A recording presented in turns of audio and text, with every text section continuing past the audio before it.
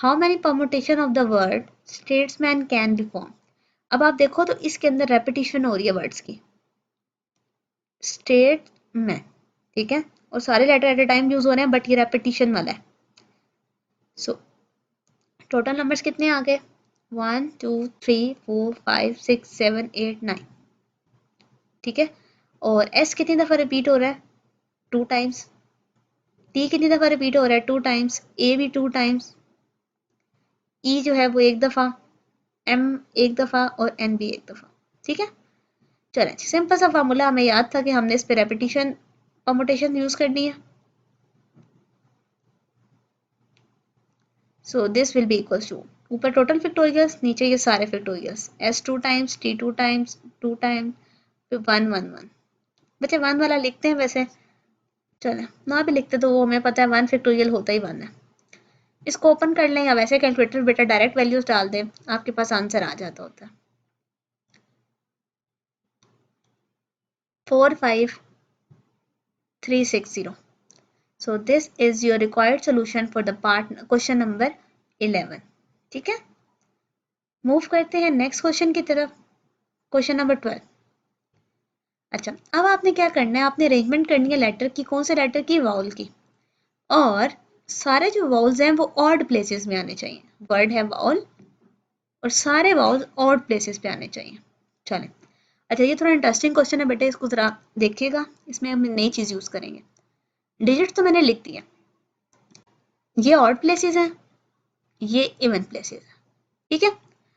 अच्छा, अब जरा एक बात देखें, जो हमारा वाउल है इसके अंदर जो आपके पास लेटर्स हैं वो देखें ओ और ई है, बाकी तो कंसोनेंट्स हैं।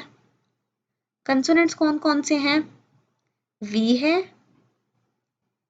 एक सेकेंड यहाँ पे मैं वो भी लिख देती हूँ ना आपको ताकि आपको क्लैरिटी हो, वो वी है, वो डब्ल्यू है और एक एल है, ठीक है। आप इंटरेस्टिंग चीज देखें, लेटर्स आपके पास 2 ही हैं, ओ और ई, लेकिन स्पेसेस आपके पास ज्यादा हो गई है।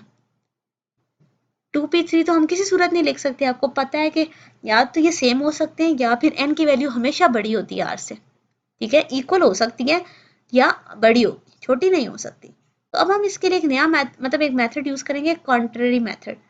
बेटा कॉन्ट्ररी मेथड के अंदर हम लोग ना ऑपोजिट चीज लेके चलते हैं।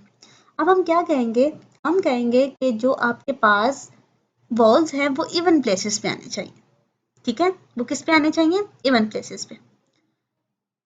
सो लेट वाउल, मेथड नहीं लिखेंगे ना, एक सेकेंड बच्चे इसको जरा सेट कर लें। आप यहाँ पर लिखो कि लेट वाउल मेक्स या टेक्स, आपकी स्पेस कौन सी स्पेस लेगा, वाउल वर्ड ऑक्यूपाई, चलिए ऑक्यूपाई लिखते हैं, ऑक्यूपाई इवन प्लेसेस, ठीक है। इवन प्लेसेस भी 2 हैं, वाउल्स भी 2 हैं, तो इजी हो जाएगा, ठीक है। सो अब अगर आपने इसको सॉल्व करना है, इसके लिए आप अगर परमुटेशन लिखते हैं, सो अब यहाँ पर देखें, सो ये अब इवन प्लेसेस हैं और अब ये भी 2 नंबर्स हैं, ये भी 2 नंबर्स हैं, ठीक है। तो अब अगर आपसे मैं पूछूं तो आप इसको कैसे लिखोगे, so number of arrangements will be equals to, ठीक है, 2p2, नंबर्स भी 2 हैं, स्पेसेस भी 2 हैं, तो it will be 2 factorial, this will be equals to 2 factorial और 2 आ जाएगा आंसर, ठीक है। अच्छा, अब आप लिखोगे number of arrangements for consonants.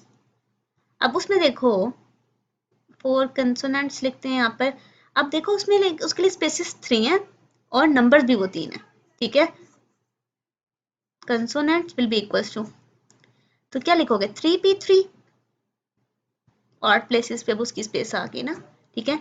So this will be equals to 3p3, 3 number वो भी 3 है, तो ये बन जाएगा 3 factorial, 3 minus 3 factorial, this will be equals to 3 factorial और 6 आ गया, ठीक है। अच्छा जी, अब ये तो हमारे पास अलग अलग हमने दोनों चीजों को देख लिया। अब हमने इसको लिखना कैसे कलेक्टिवली, तो टोटल कितना हो गया, 6 2 12, तो टोटल हमारे पास 12 आ गया, जिसमें हमने वाउल को इवन प्लेस पे लिखा था।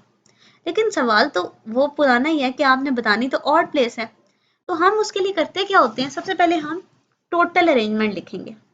मतलब ये मेथड याद रखना, कंट्री में हमें तो टोटल निकालते हैं, 5 लेटर्स 5 स्पेसेस, बाउल की इसमें कोई इवन ऑड नहीं लिखेंगे, सिंपल तो वो बनती है 120। अब अगर आपने वाउल की इवन प्लेसेस निकाल ली हैं, ऑड निकालनी हो तो आप क्या करोगे, टोटल में से माइनस कर दोगे।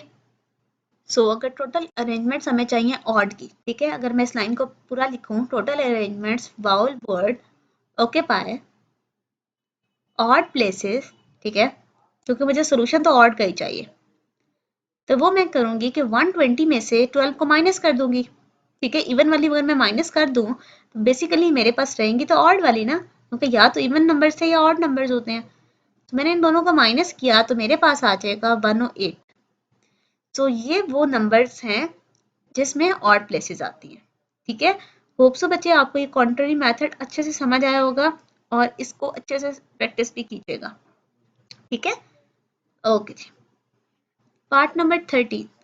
अब क्वेश्चन 13 के अंदर अब आप देखो कि आपके पास लिखा हुआ है in how many ways can a letter of a word machine, ठीक है, मशीन वर्ड है, उसको अरेंज करना है।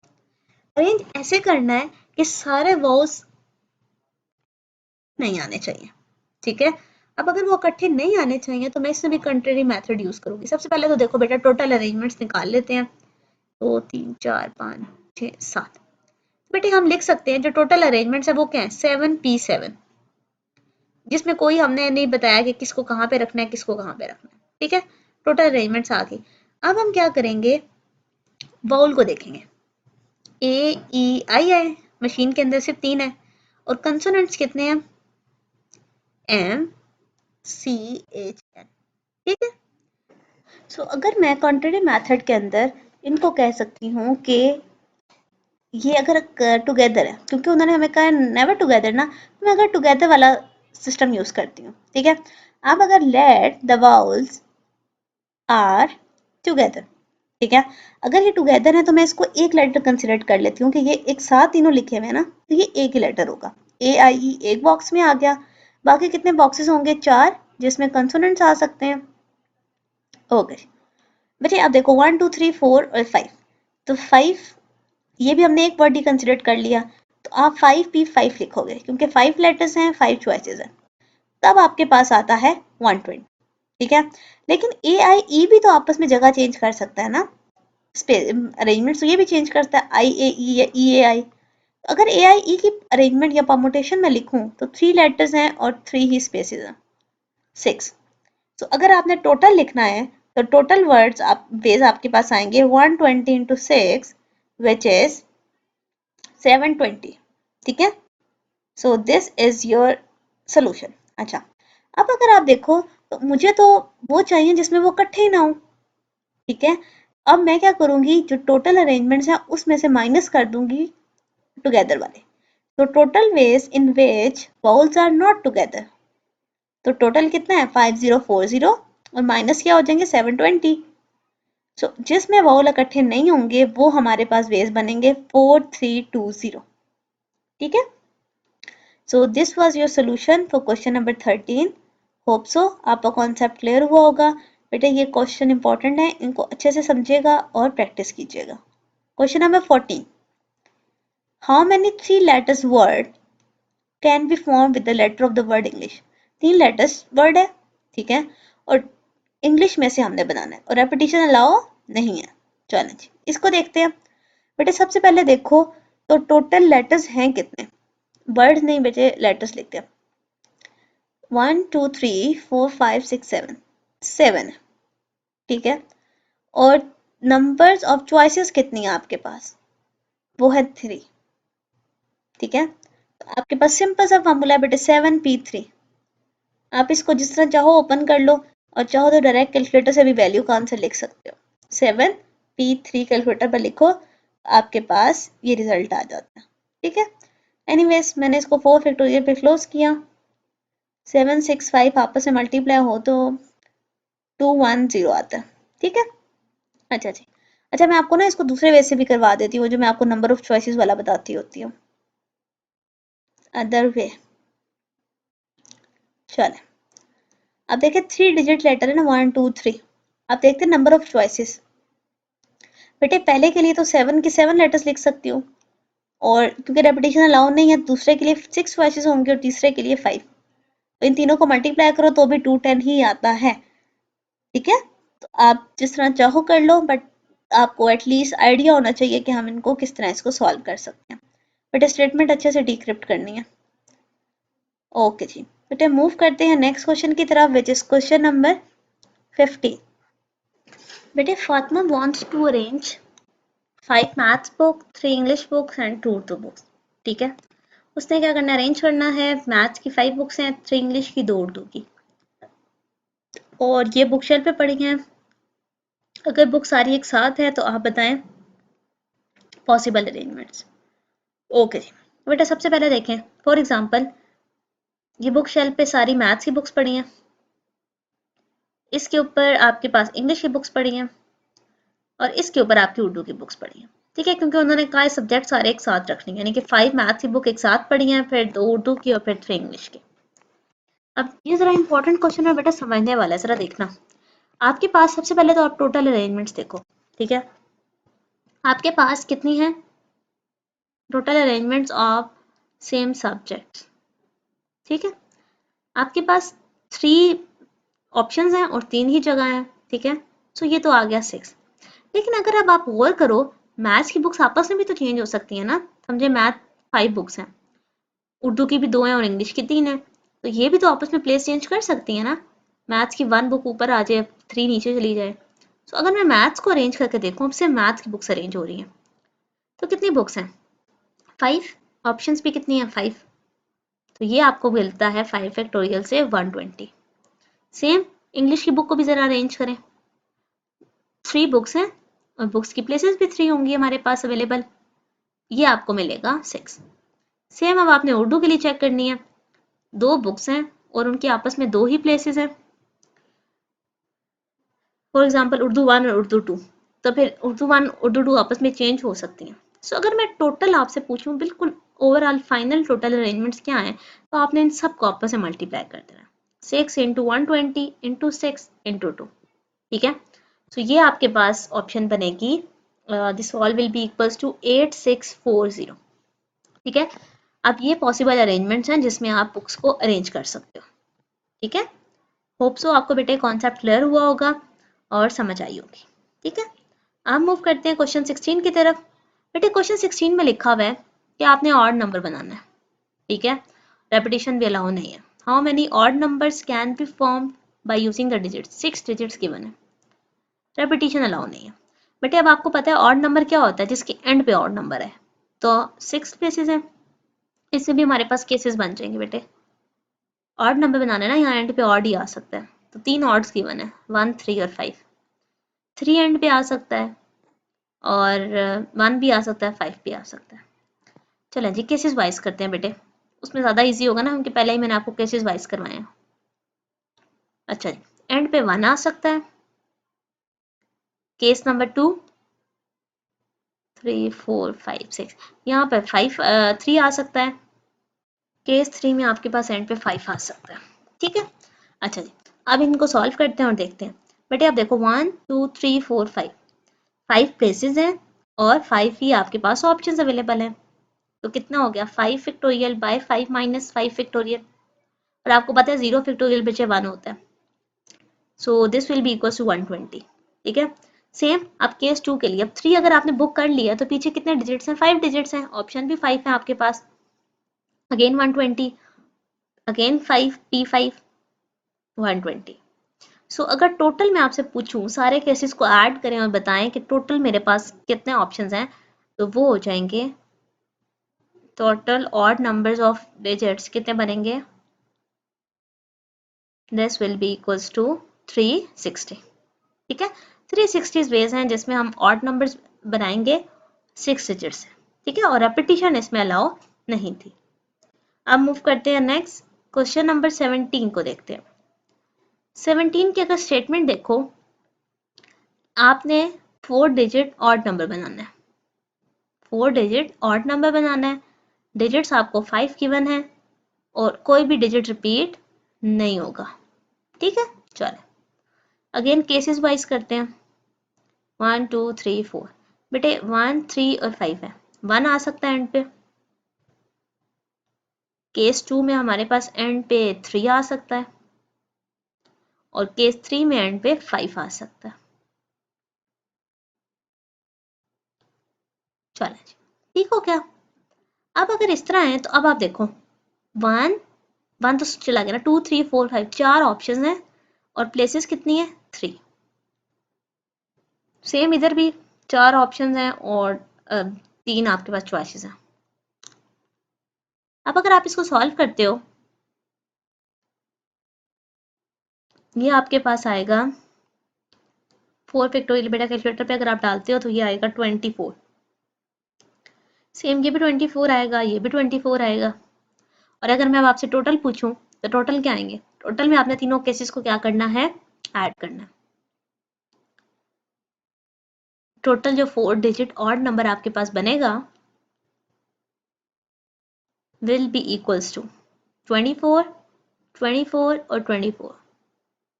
This will be equals to 72। ठीक है, सो ये है आपका required solution for the question number 70। ठीक है, होप सो आपको समझ आया होगा। क्वेश्चन 18 की तरफ चलते हैं। क्वेश्चन नंबर 18, अब ये आपके पास बेटे इसमें बुक में आंसर गलत, ठीक है, मैं आपको बताती हूँ इसको कैसे सॉल्व करना है। अब आपने ऑड नंबर बनाना है, ठीक है, और वो 10,000 से लेस देन होने चाहिए।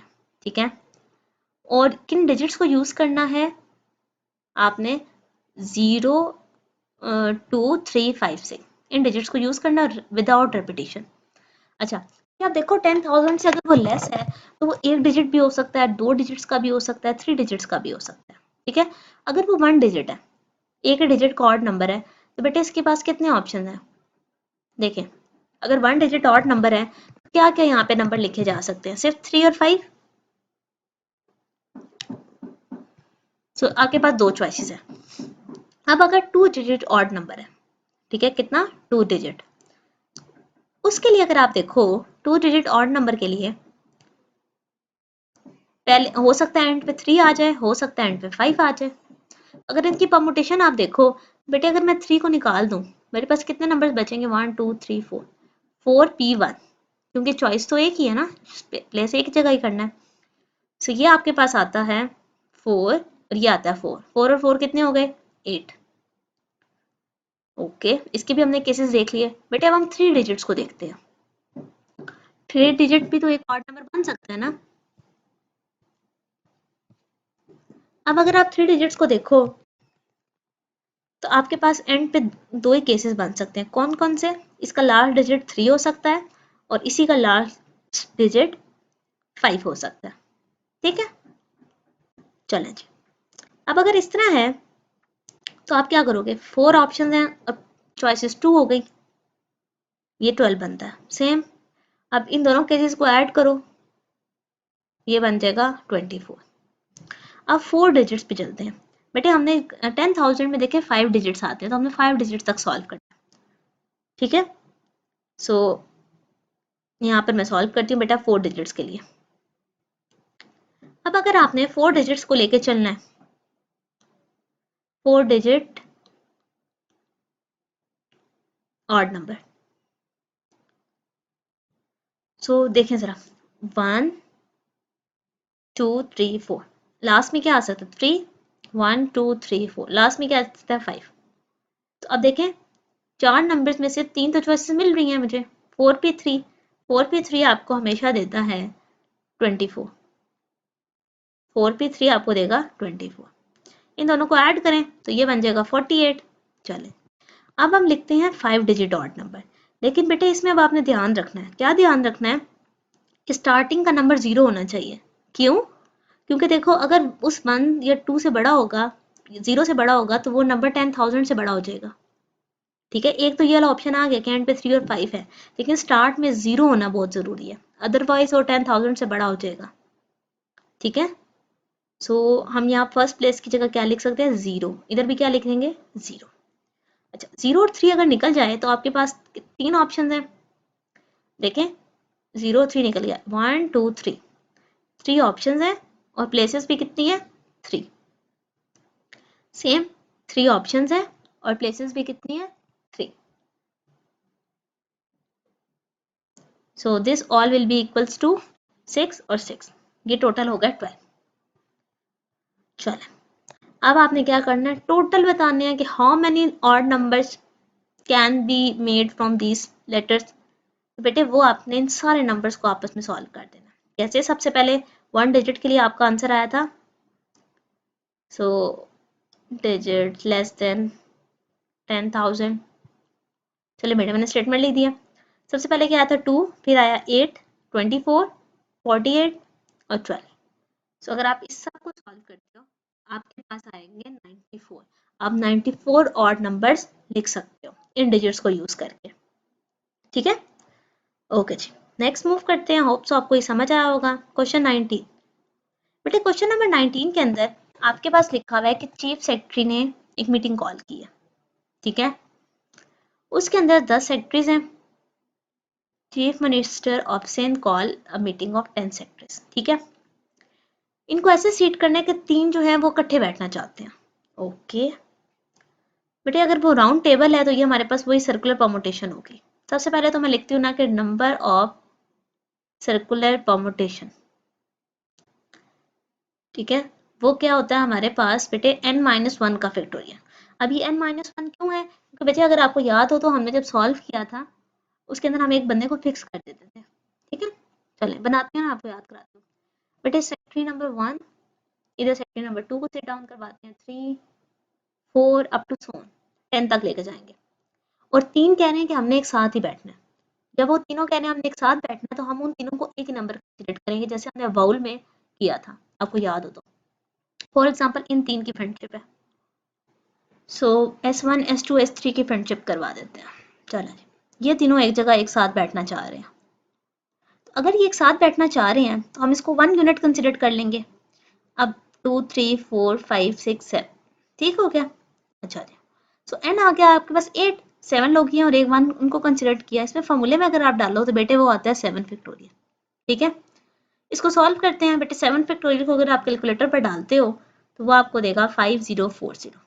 ठीक है, अच्छा अब जो ये आपस में तीनों फ्रेंड्स हैं ये भी तो सीट चेंज कर सकते हैं ना। S2 S1 की जगह बैठ सकता है, S3 S2 की जगह। तो 3 लोग हैं और 3 इनकी प्लेसेस हैं, सो 6 आ गया। तो अगर मैं टोटल पूछूं कि आपके पास टोटल कितने नंबर ऑफ वेज हैं, तो आप लिखोगे 5040 इंटू 6। ठीक है बेटे, ऊपर n-1 हमने इसलिए लिखा, आप n-1 की बजाय वो जो मैंने आपको पहले बताया था आप उस तरह भी कर सकते हो। एक बंदे को फिक्स करो और बाकी सबको सॉल्व कर लो, आंसर एग्जैक्टली सेम ही रहता है। ठीक है, so this was your question number 90।